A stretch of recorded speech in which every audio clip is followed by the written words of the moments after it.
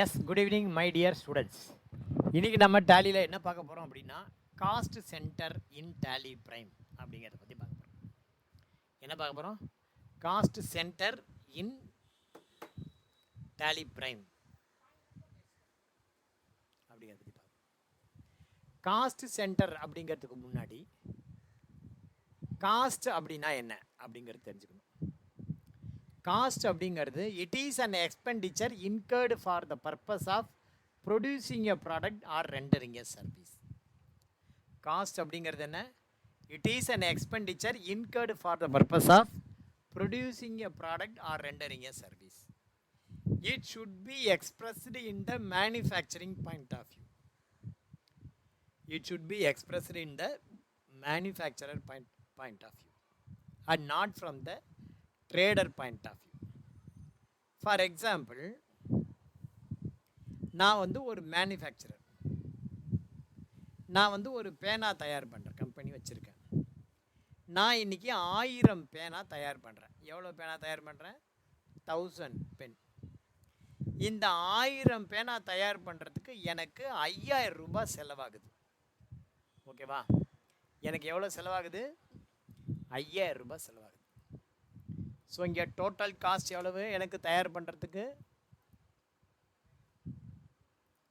Total cost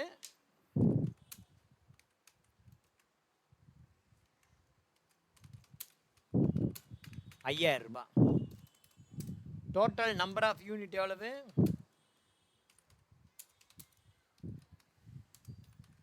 1000 unit. அப்போ cost per unit எவ்வளவு? ஒரு யூனிட் தயார் பண்ணுறது எனக்கு என்ன காஸ்ட் ஆச்சு?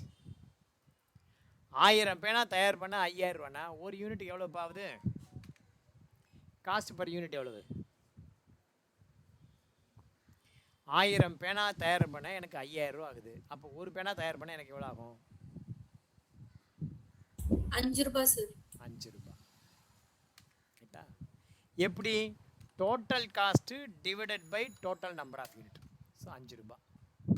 இப்போ ஸ்ரீனிவாசனுடைய காஸ்ட்டு 5 ரூபாய். ஸ்ரீனிவாசன் என்ன பண்ணுறாரு? வெங்கடேசனுக்கு அந்த பேனாவை 6 ரூபாய்க்கு நான் விற்கிறேன். ஸோ வெங்கடேசனுக்கு காஸ்ட் எவ்வளவு? 6 ரூபாய். வெங்கடேசன் என்ன பண்ணுறாரு? முரளின்னு ஒருத்தர் இருக்கார், அவருக்கு இந்த பேனாவை 7 ரூபாய்க்கு விற்கிறார். ஸோ முரளிக்கு எவ்வளவு காஸ்ட் அப்படின்னா 7 ரூபாய். இது ரைட்டா? ஸ்ரீனிவாசனுக்கு 5 ரூபா காஸ்ட்டு, வெங்கடேசனுக்கு 6 ரூபா காஸ்ட்டு, முரளிக்கு 7 ரூபா காஸ்ட். பட் இது ரைட்டா அப்படின்னா தப்பு. என்ன அப்படின்னா இந்த 3 பேரில் ஸ்ரீனிவாசன், வெங்கடேசன், முரளி, இந்த 3 பேரில் யார் ஒரிஜினலாக அந்த பேனாவை தயார் பண்ணியிருந்தது அப்படின்னா ஸ்ரீனிவாசன் தான் பேனாவை தயார் பண்ணார். ஸோ காஸ்ட்டு அப்படிங்கிறது யார் தயார் பண்ணுறா அவனுடைய பாயிண்ட் ஆஃப் வியூவில் தான் பார்க்கணுமே ஒழிய மற்றவங்க பாயிண்ட் ஆஃப் வியூவில் பார்க்க முடியாது. அதுதான் cost should be expressed in the manufacturer point of view and not from the trader point of view. Cost அப்படிங்கிறது it is an expenditure incurred for the purpose of producing a product or rendering a service. It is an expenditure. Expenditure அப்படின்னா என்ன? எக்ஸ்பென்ஸ்னா என்ன? Expense அப்படிங்கிறது amount paid to enjoy a benefit. ஒரு பெனிஃபிட்டை enjoy பண்ணுறதுக்காக நம்ம பேமெண்ட் பண்ணினா தட் இஸ் கால்டு எக்ஸ்பென்சஸ். யார்ட்டையாவது போய் நீ எக்ஸ்பென்ஸ்னால் என்னன்னு கேளு, செலவும்மா. செலவுன்னா என்னன்னு கேளு, எக்ஸ்பென்ஸும்மா. எக்ஸ்பென்ஸ் அப்படிங்கிறது amount paid to enjoy a benefit.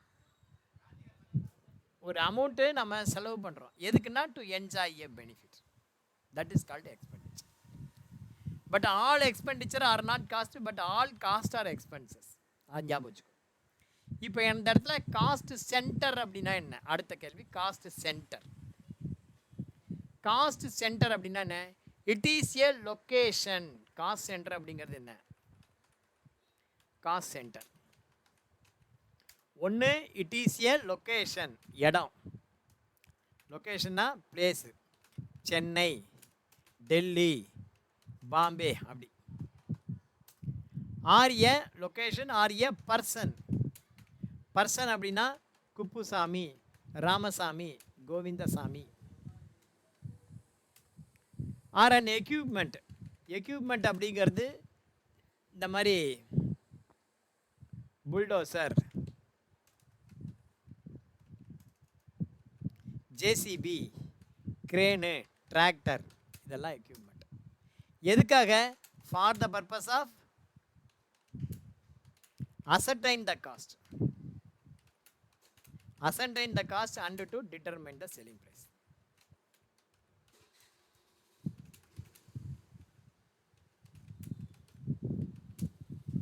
ஓகேவா? ஸோ இதான் வந்து காஸ்ட் சென்டருக்கு மீனிங். காஸ்ட் சென்டர் அப்படிங்கிறது என்ன? It may be a location or a person or an item of equipment for the purpose of ascertain the cost and to determine the selling price. Location, for example நான் ஒரு construction company வச்சு run பண்ணுறேன். அந்த construction company ஒரு 4 இடத்துல வேலை எடுத்து பண்ணுறாங்க. அடையாரில் ஒரு வேலை, திருவான்மியூரில் ஒரு வேலை, வேளச்சேரியில் ஒரு வேலை அப்படின்னு கன்ஸ்ட்ரக்ஷன் ஒர்க் எடுத்து பண்ணுறாங்க. ஒவ்வொரு ப்ராஜெக்ட்டும் ஒவ்வொரு காஸ்ட்டாக இருக்கும். அந்த ப்ராஜெக்ட்டுக்கு நான் எவ்வளோ செலவு பண்ணியிருக்கேன், அந்த ப்ராஜெக்ட்லேருந்து எனக்கு என்ன இன்கம் வந்திருக்கு, ப்ராஃபிட்டாக லாஸாக. இப்போ நான் ஒரு பிஸ்னஸ் பண்ணுறேன் அப்படின்னா ஒரு இடத்துல பிஸ்னஸ் பண்ணுவோம், அந்த இடத்துல எனக்கு லாபமாக நஷ்டமாக பார்ப்போம். ஆனால் கன்ஸ்ட்ரக்ஷன் கம்பெனியை பொறுத்த வரைக்கும் வேலையை வந்து அவன் இடத்துல போய் பண்ணுறோம். ஸோ அது நமக்கு ஒரு காஸ்ட் சென்டர். அதில் நமக்கு எவ்வளோ இன்வெஸ்ட் பண்ணியிருக்கோம், எவ்வளோ செலவு பண்ணியிருக்கோம், அதுலேருந்து எனக்கு என்ன கிடச்சிருக்கு, இந்த காஸ்ட் சென்டர்லேருந்து எனக்கு ப்ராஃபிட்டாக லாஸாக, அது லொக்கேஷன். அடுத்தது பர்சன். பர்சன் அப்படிங்கிறது யார் அப்படின்னா, இப்போ நீங்கள் வந்து ஒரு சரவணபவன் ஹோட்டலுக்கு சாப்பிட போகிறீங்கன்னு வச்சுக்கோ. இன்றைக்கி சரவணபவன் போய் எடுத்து வேற எங்கேயாவது ஒரு நல்ல ஹோட்டல் போகிறீங்க. சரவணபவன் ஹோட்டல், நித்யலக்ஷ்மி, அன்னலக்ஷ்மி, இந்த மாதிரி ஒரு பெரிய ரெஸ்டாரண்ட்டுக்கு சாப்பிட போகிறீங்க. உள்ளே வந்த உடனே சார் சார் வாங்க வாங்க வாங்க, வெல்கம் வெல்கம் சார், உட்காருங்க இங்கே உட்காருங்க சார் அப்படிமா சிரிச்சுட்டே நம்மளை உட்கார சொல்லுவோம். நம்ம போய் அப்படி கெத்தாக உட்காருவோம் ஒய்ஃபோட. என்னப்பா இருக்குது சாப்பிட அப்படிமா. அவன் உடனே அடுக்குவான் பெரிய லிஸ்ட்டு. தோசை, பரோட்டா, சப்பாத்தி, மசால் தோசை, ரவா தோசை, ஆனியன் தோசை, வெங்காய தோசை, ஆனியன் ஊத்தப்பம், செட் தோசை, குருமா, இடியாப்பம், பாயா, இதாவது சொல்லிகிட்டே இருப்பான். ஒரு பெரிய லிஸ்ட்டு. பொடி தோசை, அடை, அவியல், அது இதுன்னு சொல்லிகிட்டே இருப்பான். ஒய்ஃபை நம்மளை பார்ப்பாங்க, இவன் என்ன ஆர்டர் பண்ண போகிறான். நம்மளால் என்ன கேட்பான், இட்லி இருக்கா அப்படிமா. அந்த சர்வருக்கு அப்போ முகத்தை பார்க்கணும், கோவம் வரும். ஏன்டா இட்லி இருக்கான்னு கம்யூனிட்டி முதலே கேட்கக்கூடாது, அது என்ன இருக்கா சூடான்னு கேட்டு என்ன ஒரு லிஸ்ட்டு சொல்ல சொல்லி அப்படின்னு மனசில் திட்டின்னு இருப்பான். ஆனால் வெளியில் சொல்ல முடியாது. இருக்குது சார் அப்படின்னு பவ்யமாக சொல்லுவான், இருக்குது சார். சரி 2 இட்லி சாம்பார் நிறைய ஊற்றி கொண்டா எனக்கு அப்படி சொல்லிட்டு, உனக்கு என்னமா வேணும், எனக்கும் இட்லியே சொல்லிடுங்க அப்படின்பா. சரி ரைட் போ. அவளுக்கு ஒரு பிளேட் பிளைன் இட்லி, எனக்கு ஒரு பிளேட் சாம்பார் இட்லி, வெந்நீர் வச்சு எடுத்துன்னு வாப்போ. எதுக்காக அவன் நம்மள்கிட்ட வந்து அந்த மாதிரி வாங்க வாங்கன்னு வெல்கம் பண்ணுறான் அப்படின்னா, நம்ம தலையில் ஏதாவது மிளகா அரைச்சோன்னா எவ்வளோ, நான் 4 இட்லி சாப்பிட்டு போனோன்னா 120 ரூபாய்க்கு அவனுக்கு எவ்வளோ கிடைக்கும், 2% கமிஷன். 2 12 2 ரூபா 50 பைசா அவனுக்கு கமிஷன் கிடைக்கும். அதே நானும் என் ஒய்ஃபும் சேர்ந்து நல்ல சிக்கன் பரோட்டா, சில்லி பரோட்டா இந்த மாதிரி சாப்பிட்டோம் 2 ஐட்டம் அப்படின்னா, ஒரு 500 ரூபாய்க்கு சாப்பிட்டோன்னா 2% கமிஷன், ஒரு 10 ரூபா கிடைக்கும். அது மாதிரி ஒரு 10 பேட்டா வச்சானா என்னாச்சு, 100 ரூபா கமிஷன், டிப்ஸ் இல்லாமல் இது தனி வருமானம். சரவணா ஸ்டோரில் போய்ட்டு சுடிதார் எடுக்க போவோம், இல்லை ஒரு செருப்பு எடுப்போம். நம்ம செருப்பு வந்து சைஸ் 8ன்னு தேடின்னு இருப்போம். அதில் பார்த்தீங்கன்னா 42 48 இருக்கும். அங்கே பக்கத்தில் இருக்கிற ஆளை கூப்பிட்டு, தம்பி இது 8ஆம் நம்பர் செருப்புப்பா, அது எத்தனை நம்பர் செருப்புப்பா, பதிலே சொல்ல மாட்டான். பாட்டுக்கு இந்திக்காரனை போட்டுருமா, காதில் வாங்காமல் உட்காந்துருப்பான். நாமளாக எடுத்து மாட்டி, இந்த செருப்புன்னு எனக்கு ஒரு ஜோக் ஞாபகத்து வருது. எவ்வளோ பெரிய ஆளாக இருந்தாலும் சரி, ஒரே நேரத்தில் 2 செருப்பையும் காலிலேருந்து கழட்ட முடியாது. நீ எவ்வளோ பெரிய ஆளாக இருந்தாலும் சரி, ஒரே நேரத்தில் 2 செருப்பையும் போடவும் முடியாது, 2 காலில் ஒரே நேரத்தில் 2 செருப்பையும் ஒரே காலிலேருந்து கழட்டவும் முடியாது. இது ஒரு கண்டுபிடிப்பு. எதிரையோ கண்டுபிடிப்பில் எதிரோ உண்டு. இது எனக்கு ஏற்பட்ட அனுபவம் 2 நாளைக்கு முன்னாடி. செருப்பு வாங்க போய் புது செருப்பு, அதில் 42 இருக்கு இன்ச்சு. நான் கேட்குறேன், எப்பா இது வந்து எத்தனை நம்பர்றா அப்படின்னு கேட்டால் அவன் சொல்ல தெரில, முழிக்கிறான். காலில் போட்டு பார்த்து ஏதோ ஒன்று நான் வாங்கிட்டு வந்துட்டேன். வாங்கிட்டு வெளியில் வரேன், சார் சார் இருங்க ஸ்டிக்கர் ஓட்டணும்னு சொல்லி அப்போ வந்து ஸ்டிக்கர் ஓட்டுவோம், ஏன்னா கமிஷன் அவனுக்கு போகும். So location or a person. அப்போ அந்த இடத்துல ஒரு ஆளை போட்டிருக்கோம் அப்படின்னா, அந்த ஆள் மூலியமாக நான் எவ்வளோ சேல்ஸ் பண்ணியிருக்கேன், அவனுக்கு எவ்வளோ செலவு பண்ணியிருக்கேன், இவன் மூலியமாக எனக்கு என்ன ரெவென்யூ வந்திருக்கு. அடுத்தது எக்யூப்மெண்ட். எக்யூப்மெண்ட் அப்படிங்கிறது என்னென்னா, ஜேசிபி, புல்டோசர், கிரேனு. நீங்கள் பார்க்கணும், இதெல்லாம் என்னன்னு தெரியணும். எக்யூப்மெண்ட் அப்படின்னா என்ன? ஜேசிபி, இதுதான் ஜேசிபி. இது ஒரு எக்யூப்மெண்ட்டு. புல்டோசர், புல்டோசர் ஒரு எக்யூப்மெண்ட். இது கிரேனு, இது ஒரு equipment. Hydra, hydraulic crane, hydraulic.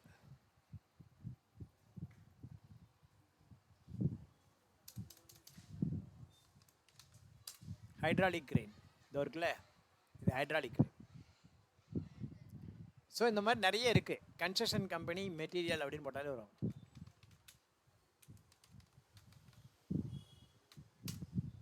Construction machineries அப்படின்னா இதுதான் எக்யூப்மெண்ட்ஸ். இதில் பாருங்கள் நிறைய இருக்குது பாருங்கள். எல்லாமே கன்ஸ்ட்ரக்ஷன் கம்பெனியோட டிப்பர் லாரி, ரோடு ரோலர் எல்லாமே கன்ஸ்ட்ரக்ஷன் கம்பெனியோட மெட்டீரியல். ஸோ இதெல்லாம் வந்து பார்த்தீங்கன்னா இந்த மெஷினரிஸ்க்கெல்லாம் நார்மலாக டீசல் போட்டு ஸ்டார்ட் பண்ணாலே ஸ்டார்ட் பண்ணுறதுக்கே 10 லிட்டர் டீசல் போட்டால் ஸ்டார்ட் ஆகும். எக்யூப்மெண்ட்டுக்கும் வெஹிக்கிளுக்கும் வித்தியாசம் உண்டு. வெஹிக்கிள் வாகனம் அப்படின்னா என்னென்னா, ஒன்று ஆளை ஏற்றிட்டு போகணும், இல்லை பொருளை ஏற்றிட்டு போகணும். அப்போ தான் அதுக்கு பேர் வாகனம்னு பேர். இது வந்து கருவி. எக்யூப்மெண்ட் அப்படிங்கிறது ஒரு கருவி. எக்யூப்மெண்ட் அப்படிங்கிறது ஒரு கருவி. அப்போ இந்த எக்யூப்மெண்ட்டுக்கு நான் எவ்வளோ செலவு பண்ணுறேன்? டிரைவர் சம்பளம், கிளீனர் சம்பளம், பெட்ரோல், டீசல், நிப்பாட்டுற இடம் எவ்வளோ செலவாகுது? அது 1 மணி நேரத்துக்கு ஓடினா என்ன எனக்கு வாடகை வருது? எனக்கு என்ன லாபம் நஷ்டம்? ஸோ இதுதான் காஸ்ட் சென்டர். இந்த காஸ்ட் சென்டருங்கிறது எதுக்கு சார் பார்க்கணும்? மோர் தேன் 1 லொக்கேஷன் இருந்தால் காஸ்ட் சென்டர் கண்டிப்பாக பார்க்கணும். மோர் தேன் 1 லொக்கேஷன் ஒரு பிஸ்னஸில் நீ வச்சுருக்க அப்படின்னா காஸ்ட் சென்டர் கண்டிப்பாக வேணும். Location or a person or an item of equipment, இந்த 3ல் ஏதாவது ஒன்று இருக்கா? கண்டிப்பாக நீ காஸ்ட் சென்டர் பார்க்கணும். காஸ்ட் சென்டர் பார்த்தா என்னாகும், பார்க்கலன்னா என்னாகும்? காஸ்ட் சென்டர் பார்த்தா என்னாகும், பார்க்கலன்னா என்னாகும்? ரெண்டுக்கும் ஒரே உதாரணம், கஃபே காஃபி டே. கஃபே காஃபி டே உங்களுக்கு தெரியுமா? கஃபே காஃபி டே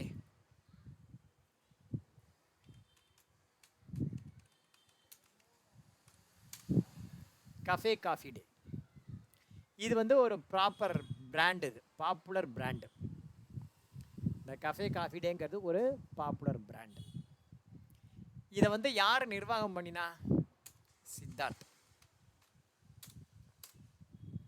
இந்த சித்தார்த் யார் அப்படின்னா, கர்நாடகாவுடைய முன்னாள் சீஃப் மினிஸ்டர் கிருஷ்ணாவுடைய எஸ்எம் கிருஷ்ணா அவருடைய மருமகன். ஆக்சுவலாக இவருக்கு நிறைய காஃபி தோட்டங்கள் உண்டு. அந்த காஃபி தோட்டங்கள்லேருந்து வர காஃபி பொடியை பவுடராக்கி காஃபியாக சேல்ஸ் பண்ணிட்டு இருந்தார். அப்போ அவருடைய ஃப்ரெண்ட்ஸு சில பேர் சொன்னாங்க, why we should not start a coffee shop அப்படின்னு. சரின்னு சொல்லி ஒரு 2 இடத்துல காஃபி ஷாப் ஆரம்பித்தாங்க. நல்லா போச்சு. அதுக்கப்புறம் எங்கே பார்த்தாலும் நம்மளுக்கு தான் ஒரு பிரான்ச் நல்லா போனால் என்ன ஆகும், அடுத்த பிரான்ச் ஓப்பன் பண்ணுவோம்ல. அந்த மாதிரி தமிழ்நாடு முழுக்க ஒரு 2500 இடத்துல காஃபி பிரான்ச் ஓப்பன் பண்ணிட்டாங்க. இப்போ ராமகிருஷ்ணா மெடிசனுடைய லொக்கேஷனை ஷேர் பண்ணினா அதுவும் காஃபி டே பிரான்ச் தான். அது நம்ம டேலி கிளாஸ் இருக்கிற இடம் காஃபி டேக்கு ட்ரைனிங் சென்டர் சென்னைக்கு. எம்ப்ளாயி அங்கே தான் ட்ரெயின் பண்ணி அனுப்புவாங்க. லொக்கேஷனில் அப்படி தான் காட்டும். அப்போ 2500 காஸ்ட் சென்டர் ஓப்பன் பண்ணிட்டாங்க. அவனுடைய ஆடிட்டர் சொல்கிறான், என்ன சொல்கிறாங்க அப்படின்னா, சார் 2500 சென்டரில் ஒரு 1000 சென்டர் தான் சார் உங்களுக்கு ப்ராஃபிட்டில் ஓடுது. ஒரு 700 சென்டர் பிரேக் ஈவன் பாயிண்டில் ஓடுது. 700 சென்டர் எங்கே போகுது? பிரேக் ஈவன் பாயிண்டில் போகுது. ஒரு 1000 சென்டர் லாஸ்ட்டில் போகுது. நான் என்ன சொல்கிறேன் அப்படின்னா, இந்த லாஸ்ட்டில் போகிற காஸ்ட் சென்டரை க்ளோஸ் பண்ணிடலாம் சார். லாஸ்ட்டில் போகிற காஸ்ட் சென்டர்லாம் க்ளோஸ் பண்ணிடலாம்.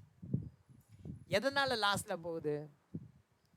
ஒரு வியாபாரம் எங்கே பண்ணணும், எந்த வியாபாரத்தை எங்கே பண்ணணும்னு இருக்குது. இப்போ கஃபே காஃபி டே ஓப்பன் பண்ணுறோன்னா அது எங்கே ஓப்பன் பண்ணணும்? வெஸ்ட் மாம்பலத்தில் ஓப்பன் பண்ணணும், டி நகரில் ஓப்பன் பண்ணணும், மயிலாப்பூரில் ஓப்பன் பண்ணணும், அடையாரில் ஓப்பன் பண்ணணும். அங்கெல்லாம் ஒரு காஃபி 200ரூவானாலும் தரமான காஃபிக்கு காசு கொடுக்க ரெடி. நீ சேட்பட்லேயோ வியாசார்பாடியிலையோ கொருக்குப்பேட்டையிலையோ காஃபி ஷாப் ஓப்பன் பண்ணிவிட்டு 250 ரூபாய்க்கு எவனாவது காஃபி குடிக்க வருவானா? வரமாட்டான். நம்மளாம் 15 ரூபாய் 20 ரூபாய்க்கு காப்பி குடிச்சிட்டு போகிறாங்க. இங்கெல்லாம் நீ ஹைதராபாத் பிரியாணி போட்டால் தான் ஓடும், காஃபி ஷாப் போட்டால் ஓடாது. அப்போ எதை எங்கே ஓப்பன் பண்ணணும் அப்படின்னு தெரிஞ்சு ஓப்பன் பண்ணணும். கூட்டம் இருக்குங்கிறத கூட்டம் இருக்கிற இடத்துலலாம் போய் கடையை விரிக்க முடியாது.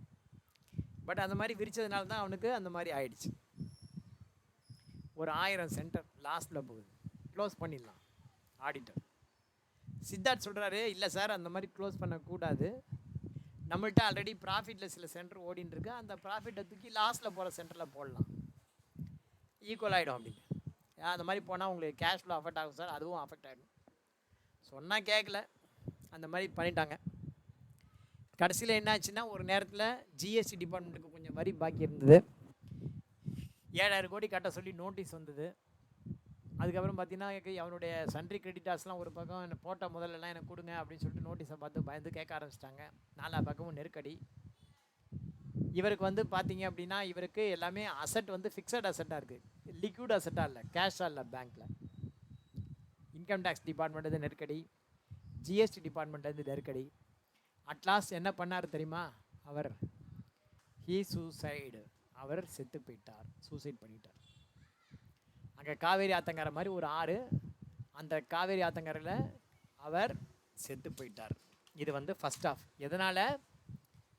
கஃபே காஃபி டேயோட ஓனர் எதனால் சூசைட் பண்ணிட்டார்? இதுதான் அவருடைய படம், சூசைட் பண்ண படம். ஓகேவா? அவருடைய சூசைட் பண்ணிட்டார். இது வந்து முதல் பாட்டு.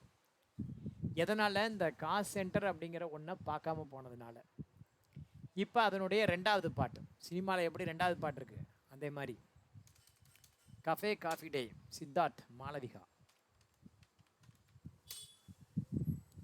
இப்போ 2வது பாட்டு கஃபே காஃபி டேவுடைய இவருடைய wife Malavika. The woman who pulled a cafe coffee day out of a 7,000 crore debt. 7,000 கோடி ரூபாய் கடன்லேருந்து மீட்டிருக்காங்க. அதாவது 2019 அவங்க ஹஸ்பண்ட் வந்து 7,000 கோடி கடனை வச்சுட்டு செத்துவிட்டான். இந்த அம்மாவுக்கு பிஸ்னஸை பற்றி ஒன்றுமே தெரியாது. ஆனால் என் வீட்டுக்காரர் 7,000 கோடி கடனை வச்சு செத்து போயிட்டாருன்னு சொல்லிட்டு இதுவும் ஒப்பாரி வைக்காமல் அந்த பிஸ்னஸை நான் மீட்கிறேன் அப்படின்னு சொல்லி துணிஞ்சு வந்தது அந்த பொம்பளை. அந்த லேடிஸ் துணிஞ்சு வந்தாங்க. வந்து எல்லாரையும் கூப்பிட்டு மீட்டிங், இன்வெஸ்டர்லாம் கூப்பிட்டு, ஜபார் இப்போல்லாம் என்கிட்ட காசு கேட்கக்கூடாது, நான் கொஞ்ச நாள் போய் 3 வருஷம் நான் தரேன் நௌரிப்பு. எம்ப்ளாயீஸ்லாம் கூப்பிட்டு மீட்டிங், ஜபார் உங்களுக்கு சம்பளம் 50,000 இப்போ நீங்கள் வாங்கிட்டு இருக்கீங்க, இப்போ என்னால் அவ்வளோ தர முடியாது, கம்பெனி ப்ராஃபிட்டில் வரும்போது தரேன், இப்போ மாதம் 15,000 தருவேன், இஷ்டம் இருந்து ஒர்க் பண்ணுறேன், ஒர்க் பண்ணில கிளம்பு, நான் வந்து 1000 சென்டர் க்ளோஸ் பண்ணுற மாதிரி இருக்கேன், 15,000 சம்பளத்துக்கு ஒர்க் பண்ணுறோம், ஒர்க் பண்ணி இல்லை கிளம்பு அப்படின்னு சொல்லி எம்ப்ளாயீஸில் பாதி பேரை காலி. தேவையில்லாத காசு சென்டர்லாம் மூடிட்டாங்க. சன்ட்ரி கிரெடிட்டார்ஸை கூப்பிட்டு, எப்பா உனக்கு எவ்வளோ தரணும்? 2 கோடி தரணுங்க. 2 கோடிலாம் தர முடியாது, 1.25 கோடி தருவேன், இல்லை 1 கோடி தருவேன், அதுவும் இப்போ தரமாட்டேன், 3-4 மாதம் கழிச்சு தருவேன், இருந்து பொறுமையாக வாங்கிக்கிறேன்னா வாங்கிக்கோ, இல்லை லிக்விடேஷன் போனனாக்கா உனக்கு அது எதுவுமே தராது பார்த்துக்கோ. என்ன சொல்கிறேன்? இல்லை நீங்கள் கொஞ்சம் பொறுமையாக கொடுங்க, நான் உங்களுக்கு சப்போர்ட் பண்ணுறேன். Right, okay. அந்த மாதிரி பேசி அந்த கடனை எல்லாம் கொஞ்சம் சரி பண்ணி 7,000 கோடி கடனை 4,000 ஆக்கி 4,500 கோடியில் கொண்டு வந்து நிப்பாட்டி அந்த 4,500 கோடி கடனை எண்ணி 4 வருஷத்தில் அடைச்சிட்டாங்க. ஒரு லேடிஸ், 1 ரூபா 2 ரூபா கிடையாது, பிஸ்னஸ் எக்ஸ்பீரியன்ஸு கிடையாது. எதனால் அப்படின்னா இந்த காசு சென்டர் அப்படிங்கிற ஒன்றை பார்த்ததுனால. உங்களுக்கு நான் பொய் சொல்லலை, நிஜமாகவே சொல்கிறேன். இதோ பாருங்கள், Malavika Hegde, the woman who pulled Cafe Coffee Day out of a 7,000 crore debit. பொய் சொல்லலை, கண்ணுக்கு முன்னாடி பார்க்குறோம். 1 ரூபா 2 ரூபா இல்லை, 7,000 கோடி கடனை மீட்டெடுத்தவர். விமன் என்டர்பிரனர், அவங்க தான் விமன் என்டர்பிரனர். இந்தியாவில் விருது கொடுக்கணும்னா இவனுக்கு தான் கொடுக்கணும். ஹெச்சிஎல் வந்து பார்த்தீங்கன்னா ஹெச்சிஎல் அவங்களுடைய பொண்ணுக்கு வந்து விருது கொடுக்குறாங்க, அது தப்பு இல்லைன்னு சொல்கிறேன் நான். ஆனால் இந்த மாதிரி சுச்சுவேஷன்லேருந்து மீண்டு வந்தவங்க தான் பெரிய விஷயம். பாக்யராஜ் ஒரு படத்தில் சொல்லுவான், விளையாட்டாக சொன்னால் கூட அது உண்மை தான். நார்மலாக சாதாரணமாக ஒருத்தருக்கு அவன் குடிக்காமல் இருந்தால் பெரிய விஷயம் இல்லை, ஒருத்தன் சாராய கடையிலே வேலை பார்த்துட்டு குடிக்காமல் இருக்கான் பார்த்தியா, அதுதான் பெரிய விஷயம் அப்படின்னு. மீன் விற்கிற கடையிலே வேலை பார்த்துட்டு நான்வெஜ் சாப்பிடாமல் இருக்கான் பாரு, அவன் தான் வந்து பெரிய விஷயம். ஸோ அந்த மாதிரி கடன்லேருந்து ரிலீஸ் ஆகிறது பெரிய விஷயம். அந்த மாதிரி 7,000 கோடி கடன்லேருந்து ரிலீஸ் ஆனது. எதனாலனா இந்த காஸ்ட் சென்டர் அப்படிங்கிறத பார்த்ததுனால. ஸோ காஸ்ட் சென்டர் அப்படிங்கிறது ரொம்ப ரொம்ப முக்கியம். Cost centre to be activated only for the profit and loss account ledger and not for the balance sheet ledger. இந்த காஸ்ட் சென்டருங்கிறது நோட் பண்ணிங்க, இது வந்து முக்கியமான ஒரு வேர்டு. காஸ்ட் சென்டரை எப்படி ஆப்ரேட் பண்ணணும்னு தெரியலனா அதனுடைய யூஸே போயிடும். Cost centre to be activated only for the profit and loss account ledger. ஏன்னா it is related with profit and loss account, not for balance sheet. So balance sheet ledger, ஒரு ledger balance sheet லெட்ஜராக அதுக்கு cost centre வரக்கூடாது. ஒரு ledger P&L அதுக்கு cost centre வரணும். இது தம்புரு. இப்போ நம்ம கன்செஷன் கம்பெனிக்குள்ளே போவோம். கன்செஷன் கம்பெனியில் what are the terms associated with the construction companies அப்படிங்கிறத பார்க்கலாம். ரொம்ப யூஸ்ஃபுல்லாக இருக்கும். கணேஷ் ஃபவுண்டேஷன் அப்படின்னு ஒரு கம்பெனி. It is a partnership firm undertook the construction work. Already இதுக்கு ஃபிக்ஸட் அசட்ஸ்லாம் இருக்குது. நம்ம அந்த ஃபிக்ஸட் அசட்ஸ் எப்படி என்ட்ரி பண்ணணும் உங்களுக்கு ஆல்ரெடி சொல்லியிருக்கேன். என்னென்ன டேர்ம்ஸ் இருக்குது அப்படிங்கிறது பார்ப்போம்.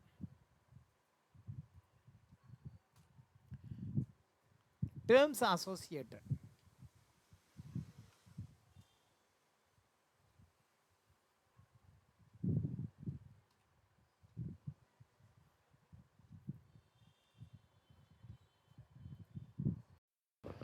What are the terms associated with construction company? First வந்து பார்த்தீங்கன்னா கொட்டேஷன், அப்புறமா டெண்டர். கொட்டேஷன் அப்படிங்கிறது சின்ன இன்ஃபர்மேஷன் கலெக்ஷன், டேட்டா கலெக்ஷன். இப்போ ஒன்றும் இல்லை, நீங்கள் ஒரு கவர்மெண்ட் ஆஃபீஸில் ஒர்க் பண்ணுறீங்க. மானிட்டரி லிமிட் ஒரு 50,000க்குள்ளே ஏதாவது ஒரு பொருள் வாங்கணும். ஒரு கம்ப்யூட்டரோ ஒரு லேப்டாப்போ அர்ஜென்ட்டாக நீங்கள் வாங்க வேண்டியிருக்கு அப்படின்னா என்ன சொல்லுவாங்கன்னா, கவர்மெண்ட்டில் நீங்கள் போய் ஒரு 3 இடத்துல கொட்டேஷன் வாங்கிட்டு வாங்கம்பாங்க. ஏன்னு ஒரு கடை, பின்னு ஒரு கடை, சின்னு ஒரு கடை, ஒரே ப்ராடக்ட். 3 கொட்டேஷன் வாங்கிட்டு வரணும். ஒன்று 40,000, ஒன்று 45,000, ஒன்று 42. அந்த 3க்கு ஒரு கம்பேரிசன் ஸ்டேட்மெண்ட் போட்டு எங்கே வாங்கலாங்கிறத ரெக்கமெண்ட் பண்ணி கொடுத்தீங்கன்னா அப்ரூவல் பண்ணி தருவாங்க. ஸோ எங்கே வந்து 40,000 சொல்கிறானோ அங்கே நீங்கள் வாங்கிப்பேன். That is called quotation. Tender அப்படிங்கிறது என்ன? இப்போ ஒரு பிரிட்ஜு கட்டணும். அண்ணா மேம்பாலம் மாதிரி ஒரு பிரிட்ஜு கட்ட போகிறீங்க. அந்த பிரிட்ஜு கட்டுறதுக்கு பட்ஜெட் வந்து 200 கோடி. 200 கோடிக்கு மவுண்ட் ரோட்டில் ஒரு பிரிட்ஜு கட்டணும். எல்ஐசி பில்டிங் ஹெட்டாப்பில். அதுக்கு ஒரு டெண்டர் கால் ஃபார் பண்ணுவாங்க.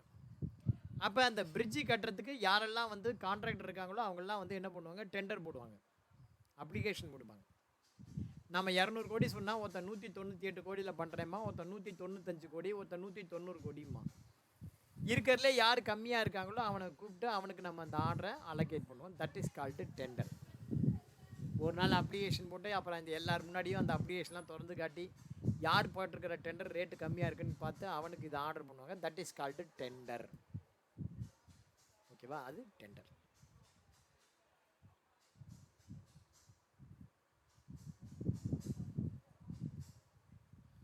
அடுத்தது ஒர்க் ஆர்டர். அந்த மாதிரி டெண்டரில் ஒருத்தருக்கு வேலையை நம்ம கொடுத்ததுக்கப்புறம் அவனுக்கு என்ன பண்ணுவோம், அவனுக்கு வேலை செய்யறதுக்கான அதிகாரம் கொடுப்போம். ஏன்னா ரோட்டில் போயிட்டு நம்ம பொருளெல்லாம் போடணும் வேலை செய்யறதுக்கு. Work order.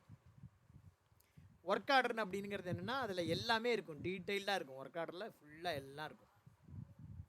Nature of job, அந்த ஜாபோட கான்ட்ராக்ட் வேல்யூ எவ்வளவு, எப்போ ஆரம்பித்து எப்போ முடிக்கணும், அதில் என்னென்ன மெட்டீரியல் யூஸ் பண்ணணும், கான்ட்ராக்டு வித் மெட்டீரியலாக வித்தவுட் மெட்டீரியலாக அப்படிங்கிறது எஸ்கலேஷன் கிளாஸ்லேருந்து எல்லா கண்டிஷனும் இருக்கும்.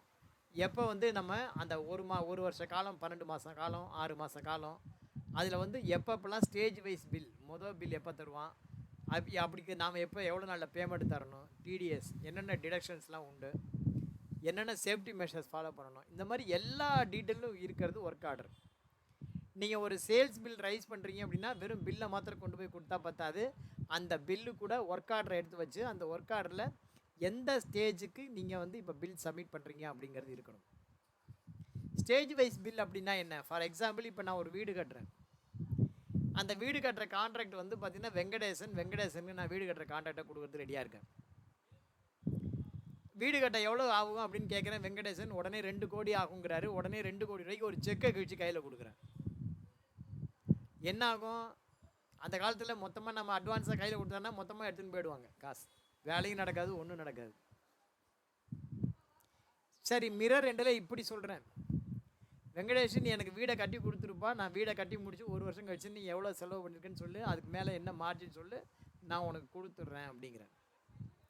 அந்த மாதிரி இருந்தால் அவர் ஏன் நம்மள்கிட்ட வீடு கட்ட வர்றாரு? அவரே இப்போ ஒரு இடத்த வாங்கி வீடை கட்டி இன்னும் அதிக லாபம் வச்சு விற்க மாட்டாரா? ஸோ அவரும் பாதிக்கப்படாது, நாமளும் பாதிக்கப்படாது. அப்போ என்ன பண்ணுறது? இந்த கன்ஸ்ட்ரக்ஷன் கம்பெனியில் ஸ்டேஜ் வைஸ் பில் அப்படிம்பாங்க. அதுக்கு பேர் என்னென்னா RA bill, running account bill அப்படின்னு பேர். அப்போ வந்து பார்த்தீங்கன்னா, நான் பணத்தை கொடுத்தாலும் நீ தூக்கிட்டு ஓடிடக்கூடாது. அதே சமயம் நீ எனக்கு வேலை முடிச்சு கொடுக்கணும், பாதியில் விட்டுட்டு போயிடக்கூடாது. ஒன்றை நான் ஏமாற்றக்கூடாது, என்னை நீ ஏமாற்றக்கூடாது. அதுக்கு தான் நம்ம என்ன பண்ணுவோம், ஒரு அக்ரிமெண்ட் போட்டிருப்போம். அதுதான் அந்த அக்ரிமெண்ட், ஒர்க் ஆர்டர். அதில் 2 பேரும் ஒத்துட்ட கண்டிஷன்ஸ்லாம் அதில் இருக்கும். நீ வந்து உனக்கு நான் எப்போ பணம் தருவேன்? மொதல் பில், மெட்டீரியல் மொபிலைசேஷன், மென் மொபிலைசேஷன், ஆளுங்கள்லாம் ஆயிடுச்சு உள்ளே விட்டால் உனக்கு கான்ட்ராக்ட் ப்ரைஸில் ஒரு 10% தருவேன். அதுக்கப்புறம் அஸ்திவாரம், அது முடிச்சிங்கன்னா உனக்கு ஒரு 20% தருவேன். அந்த மாதிரி நீ ஒவ்வொரு வேலையும் முடிக்க உன்னுடைய 100% பேமெண்ட்டை நான் முடிச்சு கொடுத்துருவேன். That is called work order. அதுக்கு பேர் என்ன? Work order, RA bill, running account bill. Cost சென்டர்னா என்னன்னு சொல்லியாச்சு, RA பில்னா என்னன்னு சொல்லியாச்சு. Work certify, work uncertify. Work சர்டிஃபைன்னு என்ன, ஒர்க்கு அன்சர்டிஃபைன்னு. நான் வெங்கடேஷ்க்கு வேலை கொடுத்துட்டேன் 2 கோடி ரூபாய். அதில் அவர் அஸ்திவாரம் போட்டார்னா 10% தரேன்னு சொல்லியிருக்கேன். அவர் வேலையை ஆரம்பித்து அஸ்திவாரம் போட்டுட்டு 2 கோடி ரூபாய்க்கு 10% 20 லட்சம் ப்ளஸ் GST சேர்த்து கொண்டு வந்து என்கிட்ட பில்லை கொடுக்குறாரு. உடனே நான் செக்கை போட்டு நான் அவர்கிட்ட கொடுத்துட மாட்டேன் அந்த காசை. என் இன்ஜினியரை கூப்பிடுவேன், வெங்கடேஷ் இந்த மாதிரி அஸ்திவாரம் போட்டேன்னு சொல்லியிருக்காரு, அவர் அதை போட்டாரா பாருங்க அப்படின்னு. நேராக போகிறாரு, போய் பார்க்குறாரு, செக் பண்ணுறாரு. சார் 20 பில்லர் போடணும் சார், 19 பில்லர் போட்டார், இன்னும் ஒரு பில்லர் போட வேண்டியிருக்கு. அதுக்குள்ளே அவருக்கு பணம் எமர்ஜென்சி, சனி ஞாயிறு லீவ் வருதுங்கிறதுனால உங்களுக்கு பில்லை கொடுத்துட்டாரு, போடுறேன்னு சொல்கிறாரு. ஆனால் போடலை சார், 95% ஒர்க் முடிஞ்சிருக்கு, 5% முடியலம்பாங்க. அப்போ அந்த 2 கோடி ரூபாயில் 90% அப்படின்னா 1 கோடி 80, 2 கோடி ரூபாயில் முதல் பில் வந்து பார்த்திங்கன்னா 10% ஆஃப் த வேல்யூ அப்படின்னா 20 lakhs. 20% of the value 40 lakhs. அந்த 40 lakhsக்கு 90% வேலை நடந்திருக்குன்னா 36 லட்சத்துக்கு வேலை நடந்திருக்கு, 4 லட்ச ரூபாய்க்கு இன்னும் வேலை முடியல.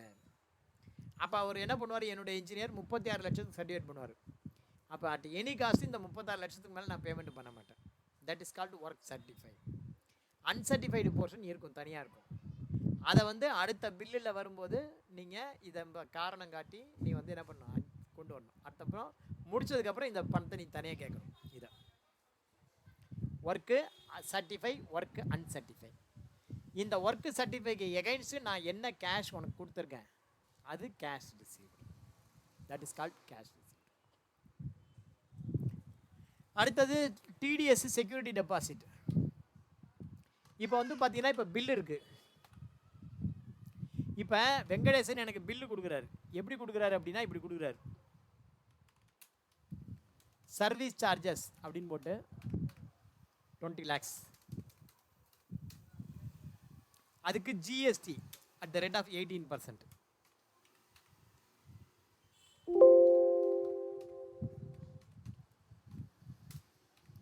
ஸோ 2,36,000 தரணும், 23,60,000 தரணுங்கிறாரு.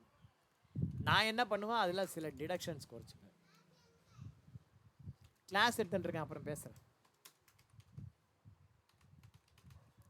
நான் இதில் என்னென்ன டிடக்ஷன் பிடிப்பேன் அப்படின்னா, செக்யூரிட்டி டெபாசிட் அப்படின்னு சொல்லி ஒரு 5% பிடிச்சிப்பேன். தெரியலம்மா, அப்புறம் பேசுகிறேன். ஆமாம் ஆமாம், செக்யூரிட்டி டெபாசிட் 5%. நான் கிளாஸ் எடுத்துட்டுருக்கேன், அப்புறம் பேசுகிறேன். TDS அப்படின்னு சொல்லி அது ஒரு 2% பிடிப்பேன்.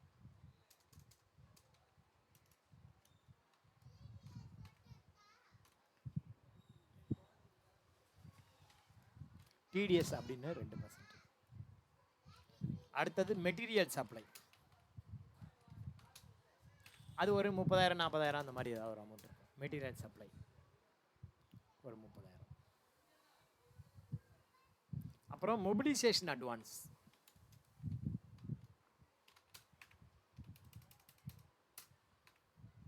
ஸோ இப்போ வந்து பார்த்தீங்கன்னா இந்த அமௌண்ட்டு நான் என்ன பண்ணுவேன், கொடுக்க வேண்டிய காசில் கழிச்சுப்பேன். இது டிடக்ஷன். ஸோ இந்த அமௌண்ட்டு 23ல் இந்த அமௌண்ட்டு போக பேலன்ஸ் வந்து இதுதான் பேயபிள். இதில் வந்து நான் வந்து பார்த்தீங்கன்னா ஒரு 90% பெய்டு பண்ணுவேன், 10% நான் அவ்வளோ சீக்கிரம் கொடுத்துட மாட்டேன் காசை. 18 லட்ச ரூபா கொடுப்பேன். ஸோ வெங்கடேசன் என்கிட்ட 23,60,000 பில்லை கொடுப்பாரு. நான் என்ன பண்ணுவேன், அதில் 18,86,000 தான் பேமெண்ட் பண்ணுவேன், பாக்கி பேமெண்ட் பண்ண மாட்டேன், அப்படியே ஹோல்ட் பண்ணி வச்சுருப்பேன். செக்யூரிட்டி டெபாசிட் அப்படின்னா என்ன சார்? ஒவ்வொரு வேலை பண்ணும்போதும் ஒவ்வொரு பில்லுலேயும் 5% நான் பிடிச்சிட்டே வருவேன். அந்த காசை நான் எப்போ ரிலீஸ் பண்ணுவேன்? ஆஃப்டர் 1 இயர், வேலையெல்லாம் முடிச்சதுக்கப்புறம் தான் தருவேன்.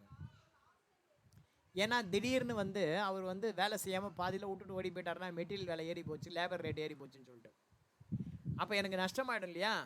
நான் வேற ஆளை கூப்பிட்டேன்னா இந்த 2 கோடி ரூபா வேலைக்கு 2.5 கோடி ரூபா கேட்பான், எக்ஸ்ட்ரா உள்ள 50 லட்சம் யார் கொடுப்பான்? அதனால் ஈச் அண்ட் எவரி பில் நான் 5% பிடிப்பேன். Security deposit.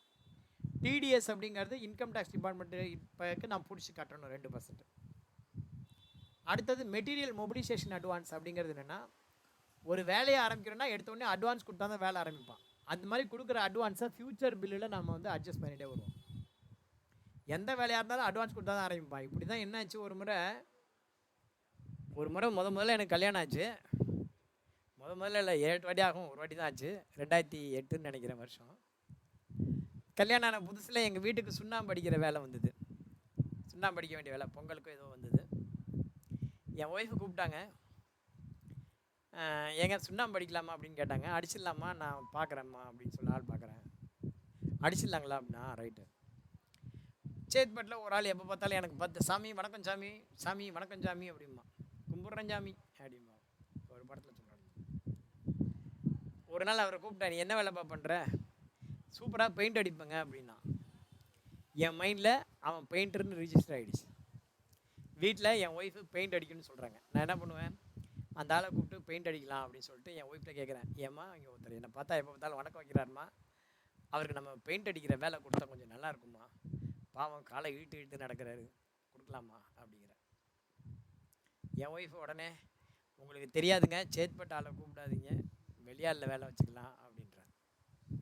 வெளியாளில் வச்சுக்கலாம் ரைட்டா? நான் சொன்னேன், இல்லைம்மா வச்சு பார்க்கலாம், எப்போதுமே வணக்கம் வைக்கிறான் என்னை பார்த்து அப்படின்னு சொன்னால் கேளுங்க, இந்த விஷயத்துலலாம் ஒய்ஃப் சொல்கிறத மீறி நடக்கக்கூடாது அப்படின்னா. மீறி நடந்தேன். இங்கே வாப்பா அப்படின்னு.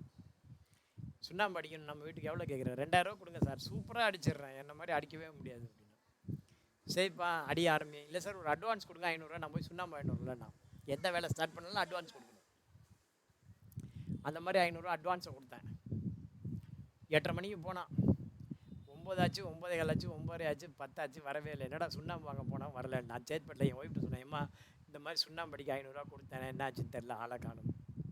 நான் தான் முதலே சொன்னேனையா, அவன் எங்கேயாவது குடிச்சிட்டு கிடப்பான் பாரு அப்படின்னா.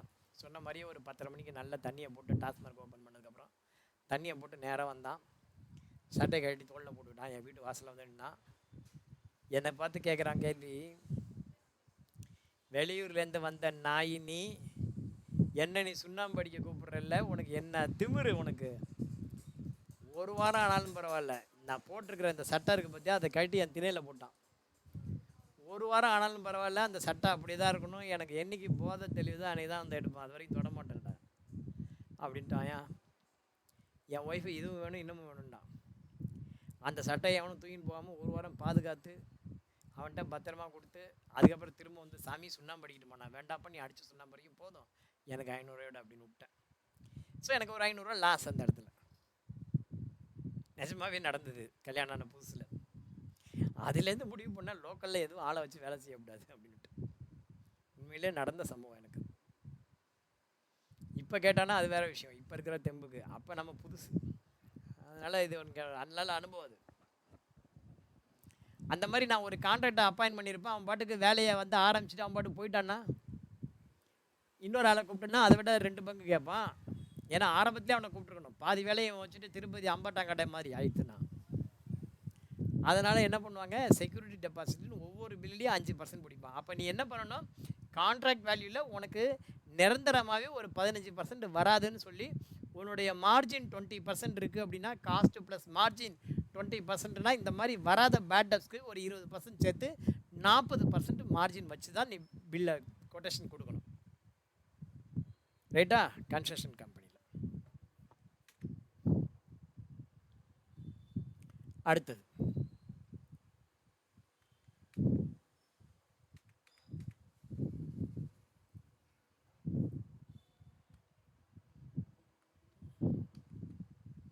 RA bill. காஸ்ட் அலகேஷனுங்கிறது ஒரு 4-5 காஸ்ட் சென்டர் இருக்கும், அதுக்கு மொத்தமாக அலோகேட் பண்ணுறது. ஆர்க்கு work அன்சர்டிஃபை, work certify.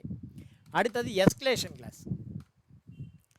Escalation clause அப்படின்னா என்ன?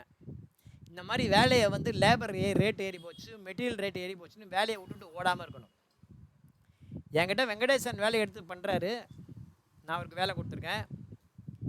இன்றைக்கி வந்து பார்த்திங்கன்னா சிமெண்ட் மூட்டை ரேட்டு வந்து 400 ரூபா விற்கிது, ஒரு மூட்டை சிமெண்ட் எல்என்டி. அவர் என்ன நினச்சிருக்காரு, இந்த 6 மாதத்தில் வேலை சீக்கிரம் முடிஞ்சிடும், 6 மாதத்தில் முடிஞ்சிடலாம், 400 ரூபா இருக்கிற சிமெண்ட் மூட்டை வேணால் 420 ரூபா 450 ரூபா போகும் அப்படின்னு நினச்சிட்டு இருக்காரு. திடீர்னு ஒரு மூட்டை சிமெண்ட்டை 700 ரூபாய்க்கு போயிடுச்சுன்னு வச்சுக்கோ, டிமாண்டுனால போர் அப்படி இப்படின்னு 700 ரூபா போயிடுச்சு ஒரு மூட்டை சிமெண்ட்டு, கேஸ் விலை ஏறின மாதிரி. அவர் என்ன பண்ணார் பாவம், வேலையை செய்ய முடியாமல் விட்டுட்டு ஓடி போயிடுவார். சரி வராத வரைக்கும் போதுண்டா சாமி அப்படின்னு காசு வாங்கின்னு ஓடி போயிடுவார். எனக்கு தான் அப்புறம் நஷ்டம் அடுத்த ஆளை கூப்பிட்டேன்னா. அதனால் என்ன பண்ணுறாரு, அவர் என்கிட்ட ஒரு எஸ்கலேஷன் கிளாஸ் போட்டுக்கிறாரு.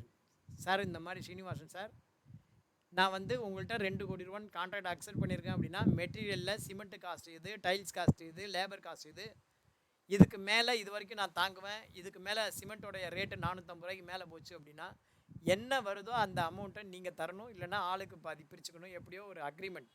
எப்படி பிரிச்சுக்கிறது லாஸை, அதுக்கு பேர் என்னென்னா எஸ்கலேஷன் கிளாஸ் அப்படின்ட்டு. அதுக்கு பேர் என்ன? எஸ்கலேஷன் கிளாஸ் அப்படின்ட்டு. மிரர் எண்டில் இப்படி திங்க் பண்ணுவோம்.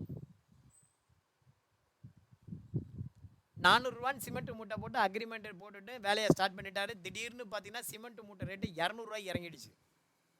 அப்போ வெங்கடேசனுக்கு அதிக லாபம், எனக்கு பார்த்தா வயிற்றுச்சலாக இருக்கும். ஐயோ இவர் வாங்கிட்டு போகிறாரு அப்படின்னு. அப்போ நான் என்ன பண்ணுவேன், அவருக்கு எனக்கு ஒரு அக்ரிமெண்ட் இருக்கும். சிமெண்ட் மூட்டை ரேட்டு 400 ரூபா ஓகே, 350 ரூபா ஓகே. 350 ரூபாய் கீழே வந்ததுன்னா அது வந்து ப்ராஃபிட்டு, அந்த ப்ராஃபிட்டு எனக்கு சொந்தம், இல்லைன்னா ஆளுக்கு பாதி இப்படி பிரிச்சுக்கலாம். ஏன்னா அதிகமாக போகும்போது நான் ஷேர் பண்ணுறேன்ல, நஷ்டத்தை ஷேர் பண்ணும்போது லாபத்தையும் ஷேர் பண்ணிக்கணும். That is called escalation clause. So escalation clause அப்படின்னா ஏதோ மேலே போனால் மாத்திரம்தான் இல்லை, கீழே போனாலும் அதுலேயும் ஷேர் உண்டு. That is called escalation clause. Escalation clause அப்படி தான் போடணும். Not only profit, not only loss, sorry, ப்ராஃபிட்டாக இருந்தாலும் ஷேர் பண்ணிக்கிற மாதிரி தான் எஸ்கலேஷன் கிளாஸ் இருக்கணும். அந்த மாதிரி போட்டால் அது பர்ஃபெக்ட். அடுத்தது பார்த்தீங்கன்னா பேங்க் கேரண்டி. பேங்க் கேரண்டி அப்படிங்கிறது என்ன? பேங்க் கேரண்டி, இப்போ வெங்கடேசனே எனக்கு யாருன்னு தெரியாது, என்ன யாருன்னு வெங்கடேசனுக்கு தெரியாது. நான் வெங்கடேசனுக்கு ஒர்க்கு கொடுக்கணும், நம்பி கொடுக்கணும். எப்படி கொடுப்பேன் நான்? வெங்கடேசனுக்கு 2 கோடி ரூபா வேலை தரணும். அப்போ நான் வந்து என்ன சொல்கிறேன், வெங்கடேசன் உங்களுக்கு நான் வேலை கொடுக்குறேன், ஒன்றும் எனக்கு பிரச்சனை இல்லை, அந்த வேலையை நீங்கள் விட்டுட்டு போயிடக்கூடாது, எனக்கு கண்டினியூஸாக கரெக்டாக முடிச்சு கொடுக்கணும், கடைசி வரைக்கும் இருந்து நீங்கள் முடிச்சு கொடுப்பேங்கிறதுக்கு என்ன சார் கேரண்டி? சார் நான் என்ன சார் இவ்வளோ நாள் உங்கள்கிட்ட டேலிலாம் படிச்சிருக்கேன், ரொம்ப சந்தோஷமாக இருக்கேன், எனக்கு தெரியாதா என்னை பற்றி இல்லைப்பா, இது வேற, காசு பணம் வேற. நல்லவனுக்கு கெட்டவனுக்கு அக்ரிமெண்ட்டு தேவையில்லை. நல்லவன் வந்து வாயால் சொன்னால் வாய் வார்த்தை அதை காப்பாற்றுவான், கெட்டவன் காப்பாற்றவே மாட்டான். ஸோ காப்பாற்றவே மாட்டான்னு தெரிஞ்சு அவன்கிட்ட அக்ரிமெண்ட் போட்டு வேஸ்ட்டு. நல்லவனுக்கு அக்ரிமெண்ட் தேவையில்லை, நாணயமாக இருப்பான். நம்ம 2 பேருமே இந்த 2 கேட்டகரியில் கிடையாது, நல்லவனும் கிடையாது கெட்டவனும் கிடையாது. நல்லவன் மாதிரி இருக்கிற கெட்டவன், கெட்டவன் மாதிரி இருக்கிற நல்லவன். அப்போ நமக்குள்ளே ஒரு அக்ரிமெண்ட் இருக்கணும்ப்பா. அந்த அக்ரிமெண்ட்டில் பேங்க் கேரண்டின்னு சொல்லி எனக்கு நீ ஒரு 50 லட்ச ரூபாய்க்கு பேங்க் கேரண்டி கொடு, நான் உன்னை நம்பி நான் அந்த வேலையை தரேன் அப்படின்னு. 50 லட்ச ரூபா இருந்தால் நான் ஏன் சார் உங்கள்கிட்ட வர போகிறேன்? இல்லைப்பா நீ தர வேண்டாம் ஏன் 50 லட்சம், நீ நேராக போய் இந்த அக்கௌண்ட்டில் வச்சுருக்க பேங்க்கில், அந்த பேங்க்கில் போய் நீ பேங்க் கேரண்டி இந்த மாதிரி ஒரு 50 லட்ச ரூபாய்க்கு கொடுங்க சார்னு கேளு, கொடுப்பாங்க. அந்த கேரண்டியை வாங்கிட்டு வந்து என்கிட்ட கொடு. எதுக்காகனா நீ வேலையை விட்டு ஓடி போயிட்டா அப்படின்னா, நிப்பாட்டிட்டு போயிட்டா அப்படின்னா, இந்த பேங்க் கேரண்டியை நான் பேங்க்கில் கிளைம் பண்ணி நான் காசாக வாங்கிப்பேன், அந்த காசை அப்புறம் நீ கொடுக்குற மாதிரி இருக்கும். சரி சார்னு சொல்லிட்டு இவர் நேராக பேங்க்குக்கு போகிறாரு. பேங்க்கில் போய்ட்டு இந்த மாதிரி சீனிவாசன் ஒருத்தர் எனக்கு வேலை கொடுக்குறாரு 2 கோடி ரூபாய்க்கு, அதுக்கு வந்து ஒரு 50 லட்ச ரூபாய்க்கு பேங்க் கேரண்டிக்கு வைக்கிறார் சார் அப்படின்னு. உடனே பேங்க்கில் என்ன சொல்லுவான், 50 லட்ச ரூபா உனக்கு கேரண்டி கொடுக்கணுன்னா அட்லீஸ்ட் எனக்கு ஒரு 10% அல்லது 20% என் அக்கௌண்ட்டில் டெபாசிட் பண்ணுங்கள், எஃப்டியாக இருக்கட்டும். பேஸ்ட் ஆன் தட் எஃப்டி நான் உங்களுக்கு கேரண்டி தரேன். அந்த மாதிரி 50 லட்ச ரூபா கேரண்டி தரத்துக்கு எனக்கு 1% கமிஷன் தரணும். அதே மாதிரி அதுக்கு இன்ட்ரெஸ்ட் மாதிரி ஏதோ ஒரு சார்ஜஸ் இருக்குது, பேங்க் சார்ஜஸ் இவ்வளோ தரணும், 6 மாதத்துக்கு இவ்வளோ தரணும் அப்படின்னு சொல்லி அவன் ஒரு அக்ரிமெண்ட் போட்டுட்டு 50 லட்ச ரூபாய்க்கு அவன் பேங்க் கேரண்டி கொடுப்பான். அதுக்கு அவனுக்கு ஒரு 2% 5% கமிஷன் அவனுக்கு கொடுக்கணும். ஒன்ஸ் இந்த வேலையெல்லாம் முடிஞ்சிச்சுன்னா நான் பேங்க் கேரண்டி ரிலீஸ் பண்ணிவிடுவேன், அவனும் பேங்க் கேரண்டி ரிலீஸ் பண்ணுறான், ப்ராப்ளம் சால்வ்டு. வேலையை பாதியிலே விட்டுட்டாக்க நான் வந்து என்ன பண்ணுவேன், பேங்க் கேரண்டியை கிளைம் பண்ணுவேன். அந்த லாஸை அவன் உங்ககிட்டேருந்து சட்டப்படி எப்படி கிளைம் பண்ணிக்கணுமோ அப்படி கிளைம் பண்ணிப்பான். That is called bank guarantee. கிளியரா? பேங்க் கேரண்டினா என்னன்ட்டு. ஸோ கவர்மெண்ட் வேலையெல்லாம் நீ வேலை எடுக்கணும்னா பேங்க் கேரண்டி கொடுத்தா தான் வேலை எடுக்க முடியும், இல்லைனா எடுக்க முடியாது. கார்பரேஷன் வேலையெல்லாம் எடுக்கணும்னா அதான் பேங்க் கேரண்டி. அடுத்தது TDS. Income tax department identified that certain peoples are not paying the tax properly. So whenever you are making payment, if the nature of payment is TDS nature, you have to deduct TDS and you have to pay the balance amount only to the concerned person. That is called TDS. So concession கம்பெனியில் என்னென்ன terms நம்ம use பண்ணுறோம் அப்படிங்கிறத பற்றி இன்றைக்கி நம்ம பார்த்துட்டோம். இந்த ஃபைலை நான் உங்களுக்கு ஷேர் பண்ணுறேன்.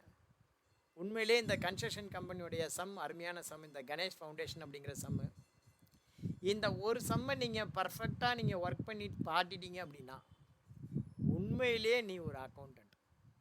இந்த சம்மை சேலஞ்சான சம்மு இது. இந்த சம்மை நீங்கள் ஒர்க் அவுட் பண்ணி காமிச்சிட்டிங்கன்னா கண்டிப்பாக சொல்கிறேன், யார் ஒர்க் பண்ணி காட்டுறாங்களோ அவங்களுக்கு, சார் நான் அந்த கன்ஸ்ட்ரக்ஷன் கம்பெனி சம்மை போட்டு காமிச்சிட்டேன் அப்படின்னு என்கிட்ட காமிச்சிங்கன்னா, எனக்கு வேலை வேணும் சார்னா கண்டிப்பாக மாதம் 20,000 ரூபாய் சம்பளத்துக்கு குறையாமல் நான் வேலை வாங்கி தரேன். மாதம் 20,000 சம்பளத்துக்கு குறையாமல் என்னால் வேலை வாங்கி தர முடியும். அந்த மாதிரியான சம்மு இது, இந்த ஒரு சம்.